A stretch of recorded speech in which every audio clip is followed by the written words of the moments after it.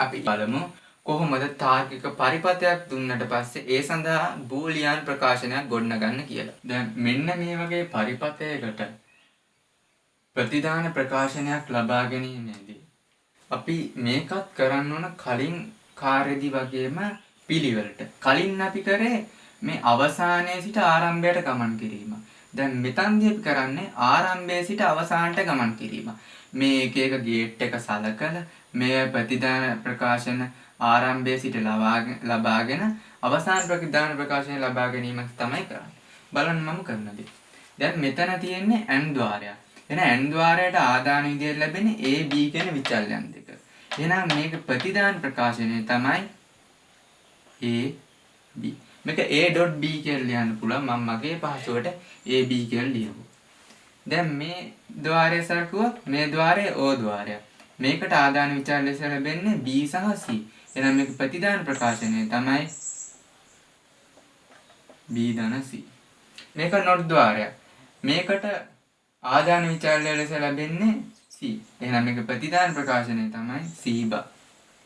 වගේම අපි මේ ద్వාරය සලකුවොත් මේක nan ద్వාරයක්. මේකට ආදාන විදියට ලැබෙන්නේ a b සහ b ධන c.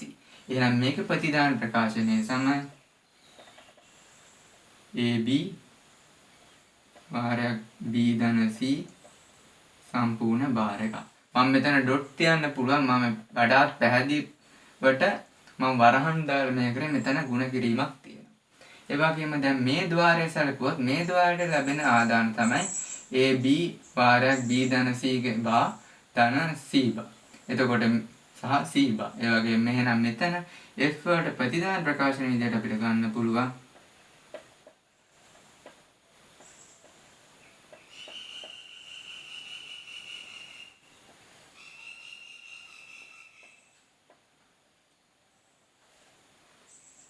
මෙන්න මේ විදිහට තමයි අපි මේ ප්‍රකාශනය ගත්තේ. දැන් මේ ප්‍රකාශනය වුණා ඔයාලට කලින් විදිහට කලින් අපි ක්‍රියාකාරකමදී කරපු ආකාරයට මේ ප්‍රකාශනය දිහා බලලත් ඔයාලට තීරණය කරන්න පුළුවන් මේ පරිපථයෙම ගොඩනගන්න පුළුවන් දෙකින්. ඔන්න ඒක කළා බලන්න.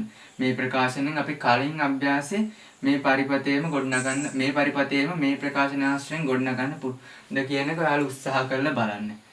ඒ වගේම අපි කලින් ප්‍රකාශනයක් කලින් පරිපථයක් දුන්නා. ඒ පරිපථයට අදාළව මේ ප්‍රකාශනය අපි නිර්මාණය කරා පරිපථයක්. ඒ නිර්මාණය කර පරිපථයට අදාළව ඒකේ බූලියන් ප්‍රකාශනය ලබා ගන්න පුළුවන්ද කියන එකත් උත්සාහ කරලා බලන්න. ඉතින් මේ වගේ දෙයක් කරන්න පුළුවන් කියන්නේ මේ බූලියන් ප්‍රකාශනයක් තාර්කික පරිපථයක් විදිහට තාර්කික පරිපථයක් බූලියන් ප්‍රකාශනයක් පරිවර්තනය කරන්න පුළුවන් සම්බන්ධ ගැටලු ඔයාලට ඕන දෙයක් කරන්න පුළුවන් කියන එක. ඉතින් අපි තව වීඩියෝ එකක් කරන්න බලාපොරොත්තු වෙනවා. මේ තාර්කික ద్వාරාශ්‍රිත ප්‍රායෝගික ක්‍රියාකාරකම් පිළිබඳ ගැටලුව. ඉතින් ඒ වීඩියෝ එකත් සම්බන්ධ වෙන්නේ කියලා ඉල්ලීමක් කරනවා. එයාගෙම ඔයාලගේ ගැටලු තියෙනවා නම් මේ සම්බන්ධයෙන් පළල කමෙන්ට් සෙක්ෂන් එකේ කමෙන්ට් කරන්න. ඒවට අපි පිළිතුරු හැකි ඉක්මනින් පිළිතුරු ලබා දීමට අපි බැඳිලා ඉන්නවා. එහෙනම් සියලුම සුබ දවසක්.